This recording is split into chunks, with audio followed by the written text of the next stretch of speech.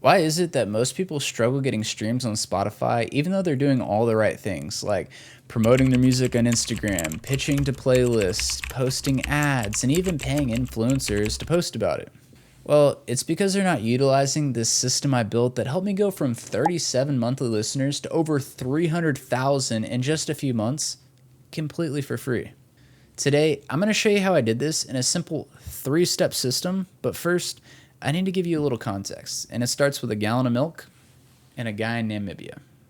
So, in a previous video, I mentioned that I was kind of struggling with some health issues, and long story short, I ended up being on bed rest and having to drink raw milk and do a bunch of weird things. And when I wasn't staring at the ceiling, twiddling my thumbs, I actually was trying to answer the question, how do I become successful in music? At this point in my journey, my music wasn't great, but it also wasn't terrible. Honestly, I just didn't really know how to promote it. I didn't really know how to get heard or get a bunch of streams on Spotify or even finish music to have to promote, which brings me to my first step, finishing the music. Now, after battling finishing music for so long, once I finally figured it out, I kind of boiled it down to 3 main things. The first one being getting rid of perfection. Now, I know as artists, we never spend extra time tweaking serum presets, kind of dialing in snare drums and stuff, and then we look up and 8 hours passed and we didn't really make any progress on our song. That was a joke, and it's okay, because I've done the same thing so many times where I'm just dialing in that snare drum thinking 8 more hours and I might actually get it to where I like it, which in reality, the song's never going to see the light of day. That was until my uncle shared a story about his 2 brothers with me. The first brother was an engineer. He was a rocket scientist, something crazy, had a lot of attention to detail, but kind of struggled finishing things. The second brother built houses and sold them. He built them not perfect, but good enough to sell, and made an absolute killing doing it. Now, this isn't my first time someone's tried to casually tell me that I can be a perfectionist. But for some reason, I was able to just take a step back and really see myself as that first brother. And honestly, this story changed the way I approached music and how I approached life. I was no longer spending weeks and months on tracks that would never see the light of day. My goal was now to finish music, and if there was things I didn't like about the song, I would still slap the finished label on and I would start working on the next one, because we're artists. We can always create more art. Which brings me to my next point. Not one banger, but many. Now, I know as artists, we're not necessarily in it for the money, but the point I'm trying to make is it's hard to really progress in anything if you're unable to finish things. And if we want to progress in our music career, we need to learn how to finish things. Think of a fisherman. Take this beautiful graph I drew of Bob here, for example. He has one fishing line. Bob does not look too happy. The more lines Bob can cast in the sea, the more chances he has of catching something. Music is no different. If you pitch one song to one record label the whole year, that's your one shot. If they don't like it, sucks to suck. Now, if you pitched a song every single month even, that just increased your chances of getting signed 12 times. Look how happy Bob is. Be like Bob. And I promise, the tracks you think are going to pop off aren't usually the ones that do. I've released several songs that I thought were just going to be an absolute banger just to get outshined by other tracks that took me 3 hours to make, and I just didn't really think much about them. To better explain this, vinyl records back in the day, they had an A-side and they had a B-side. The A-side was the track that everybody thought would just take off. The B-side was more like a filler song, kind of like when someone's finishing an album and they need 2 more songs and they're just throw on whatever they had lying around. And there's been so many times where those B-side records outperformed the A-side. Sweet Child of Mine by Guns N' Roses, Into the Groove by Madonna, God Only Knows by the Beach Boys, just to name a few. Now, I know you guys might be asking, Josh, how am I supposed to just snap my fingers and go from making one song every few months to one song a week or 2 songs a week? That's insane. And I would reply, there's actually tons of ways to do this, and I should make a whole video on this by itself, but there is one way I want to talk about, and it helped me get a song start to finish creating and signed in less than 48 hours. Remember when I mentioned I was on bed rest chugging milk and thinking about my life's greatest problems? Well, I also fell into a black hole of research about AI. Yes, it is okay to use AI. There's actually an awesome quote from Steve Aoki about AI. You just have to ride the wave with it and just start building safeguards as we go. We've been doing this the whole time with the internet. Now, I really love this quote from Steve Aoki, specifically the last part about we've been doing this the whole time with the internet. This implies we need to be adaptive as artists. To better explain this, in the 1970s, personal computers with word processing software started replacing typewriters. Now, could you imagine being that guy in 2025 still working on a typewriter saying, I'll never conform to the computer? You're going to get left behind. AI is here to stay whether we like it, and if we don't adapt, we're also going to get left behind. We have to understand we're not just guys that work in Ableton and make music. We're in the career path of creating music, whether that's using AI or not. If the biggest newspaper companies saw themselves as just newspaper companies, they would be out of business. But some of them saw themselves as delivering the news companies, which many went on to create apps for your phone and tried to get in front of the people of the new way to consume news, which is not picking up a newspaper anymore. There's so many ways you can use AI in your workflow as artists and producers, but there are two that I think take priority over the others. The first one being AI vocals. Now, would you believe me if I told you this was AI vocals? You have found who I am. Or even this? I wanna stay in and hide. That's correct. Both of those tracks I used AI vocals in. I'm using a company called Audemy. No, I'm not sponsored by them. I just really love what they do.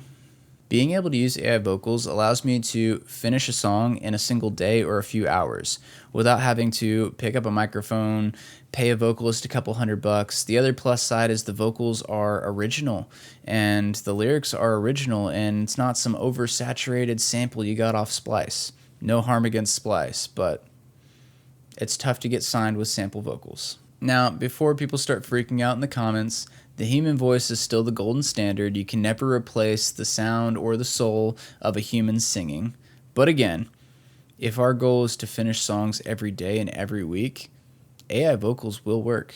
The second way I use AI in my workflow is for idea creation and song structure. For this, I use a company called Suno. Again, I'm not sponsored by them or affiliated with them in any way, although I do believe they are like the leading company when it comes to AI music. Also, if you guys have any suggestions of AI softwares that you guys use for music creation, I'm always looking for new tools, so drop a comment down below. I would love to check them out.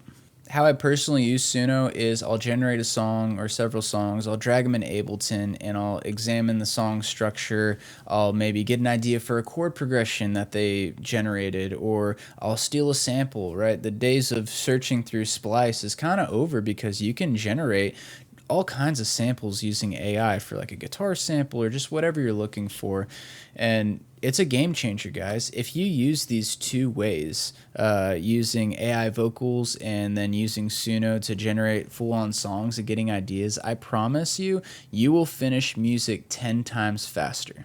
Which brings me to the part of the story where I noticed I was releasing 1 to 2 songs every week. I was like, this is going great. I got all this music now. I'm going to start releasing music again. So I picked my favorite song and I released it. And it flopped. I think I got like 20 streams or something the first week. At this point, I was so discouraged. I felt like all my efforts for the last several years of my life were to waste because I have all this great music. I'm releasing it. I'm doing all the right things. What am I missing? That is until I decided to do the very thing I swore I would never do. And it changed my whole music career. Pitch songs to record labels. Now, hold on. I know what you're thinking. Josh, I could have never thought of that plan. Listen, there's a right way to do it, and then there's a really effective way that helped me get songs signed every single week, and it's going to work for you too. Before we start sending out all these demos that you've been cranking out like a finely tuned machine, we need to do a little research. Let's go ahead and take a look on how to find good labels to pitch to. So guys, in order to find out what labels I can pitch to, first we need to find out some artists in my style and genre. Now, I know a lot of you guys probably have reference tracks when you're making music, or kind of like some people you listen to. So we'll start there. I'm just going to use myself as an example. Go ahead and go to the artist's Spotify page, and if you go to one of their songs, we'll just choose this one. Click on the three dots here. When you click on the three dots, go to View Credits, and it's going to pop up right here under Source, and this will show you what record label this song was released under. So the Night Drive in this case. So if I go to the next one, we'll go here, View Credits, and a little Future House Cloud. If we go to the next one, Blue Lane Records. And so if you just really quick, you can start to figure out where these songs are being released, and you kind of start to build a list of record labels. Now keep this within reason. I'm not going to go to some A-lister artist and see what record label is Taylor Swift releasing on, and I'm going to pitch my demos to them. Again, like I mentioned before, you don't have to be an A-list artist or get on the top record labels to be successful in music. Okay, so we started building a list of some record labels. So you're going to keep doing this with other artists and kind of get an idea until you get, I don't know, 20, start with 10 to 20 record labels that you want to pitch to. And now it's time to go find their information. How do I reach out to them? A lot of record labels are switching to their websites for submissions, but there's still a good amount that do email. And I'm going to show you kind of the ways I go about figuring that out. So here's my Instagram account. I just went ahead and pulled up the Night Drive because it was the first label we opened up, and not all of them have this, but in this case, the Night Drive has their email right here in the thing, demos, and then that's where you send them to submit a demo. A lot of labels, they'll have it if you click the link here. It'll take you to like a landing page where they have their latest releases, the playlist, like here's the full catalog, here's some of their top playlists, and then submit to your playlist. So in this case, on this record label, you can even submit to some of their playlists. So that's usually where I go to find the information I need. Now, I would recommend, instead of just getting the email and just being like, all right, I'm good, and leaving, I would go grab the links to these playlists too, because they're going to be helpful for the next step of the process. Alright, so now that you guys know how to find a few labels that are in your style and genre, it's time to get organized. Getting organized helped me streamline the pitching process, so I don't have to think about it, I don't have to spend any extra energy on it. As artists and producers, we just want to make some music. We don't want to do the admin work, so let's make our lives easy. So this is how I organize it. I have list A here, list B at the bottom right here, and then you can have another list. And the reason I have multiple lists is because I work in some different genres. I make a little bit of deep house, Afro house, chill house, whatever house, you know, there's so many different subgenres of house. But anyways, I have the name of the record label here, and then I kind of have the vibe as to what it is. So all of these on list A, they're all like feel good chill house, just kind of tropical maybe. And then list B is a little more of that classic selected style, deep house, the Night Drive vibe.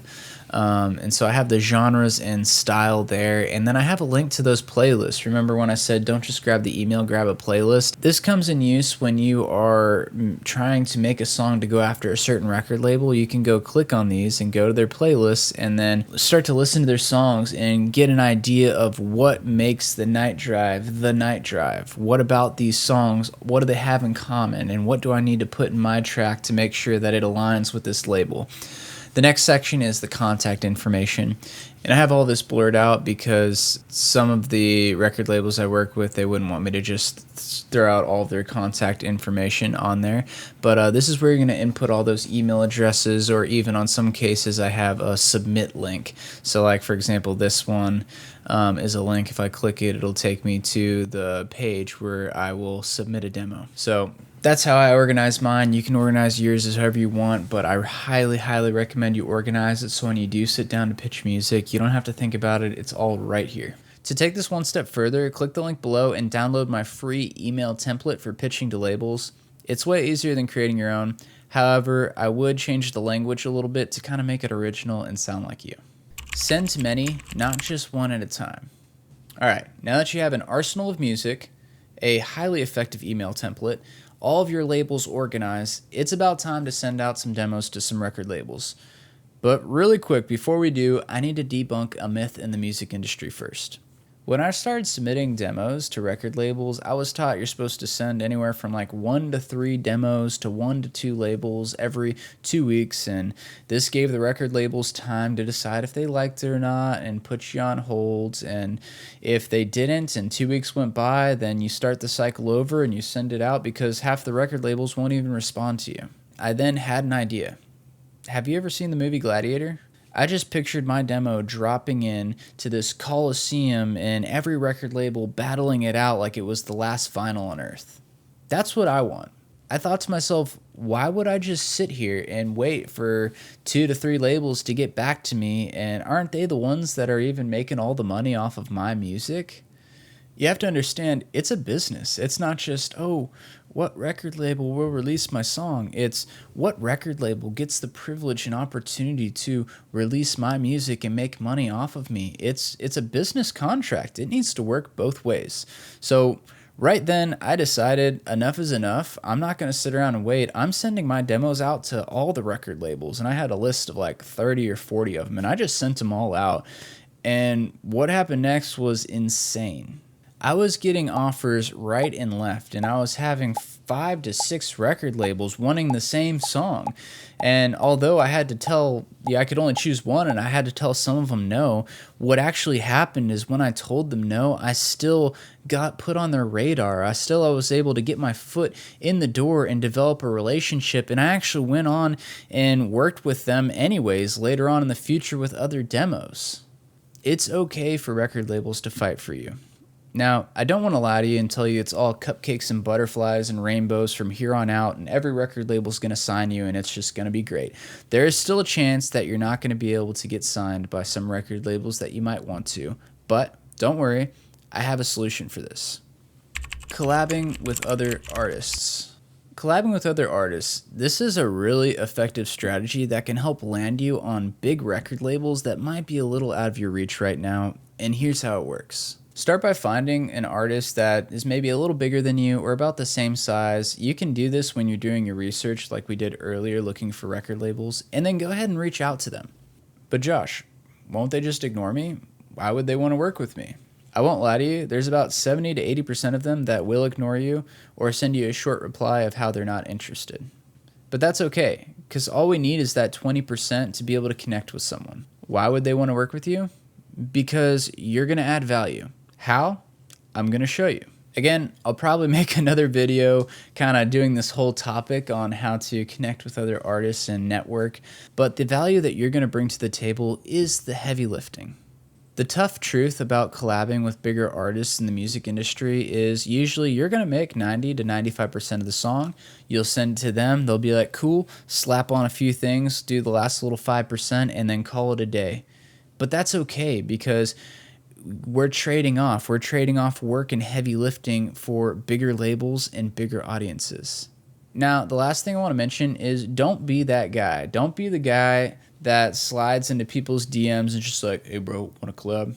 What I do is whenever I come across a song that I really enjoy, I'll go ahead and find that artist on Instagram and I'll just shoot them a quick text. And this is like, I do this intentionally sometimes, but sometimes I'll just be going about my day and I'll hear a song and I'll be like, man, that one was fire. And I'll just look up the guy on Instagram really quick or girl, and I'll send them a quick message. I'll just be like, hey, love this song or this song, and this is why. I love the lead part, or I really love the chord progression, or these lyrics really touch me. Don't ask for anything. This is purely just words of encouragement and just telling them a genuine message of how you enjoyed their song. Some people don't respond, but usually they'll respond with something like, thanks, man, I appreciate the kind words, or something like that. Now, the next step is you want to go ahead and start listening to their music more. Go enjoy them as an artist. Go find a few other songs and reach out again. And what we're doing here is we're not just sliding in people's DMs and trying to use them. We are actually building relationships with people, and we're genuinely giving them compliments about things that are real. We're not just buttering them up to do a collab or something. When you build a genuine relationship, it naturally grows trust. And that's what opens the door to working together. So just start doing that. If you go build 10 genuine relationships over the next month, I bet you're going to be collabing with 1, 2, or 3 of those people at least, probably more like 5, 6, or 7. Another powerful thing that comes out of that relationship outside of getting access to their record labels and their audience is when you release the song on Spotify, Spotify will start recommending that and your other music to their audience, which is huge in the long run because you're now training the algorithm as to what style and genre and what kind of target audience you want to go after. Remember that guy in Namibia that I mentioned in the very beginning of the video? This one guy single-handedly changed my whole music career purely through insight of the industry and networking with others. I want to show you guys a few messages in the conversation just in the start. Look familiar? Yeah, it's the same conversation I was just telling you guys about, the same kind of system. It works. This stuff works. So start connecting with other artists. The worst that can happen is you might encourage someone by sending them a thoughtful message about how you enjoyed their music. Guys, I'm so confident this 3-step system will work for you. Finishing the music, pitching to labels, and collabing with other artists. If you're hitting it on those 3 fronts, I promise you, you will grow as an artist and a music producer. Guys, I hope you found this beneficial, and I hope you start applying this to help grow your music career. If you guys got some value from this, make sure you show some love and hit that subscribe button, hit that like button, and also, if you guys have a track, like, go ahead and drop it in the comments or the link. I would love to go check it out. Anyways, that's it for this video. Peace!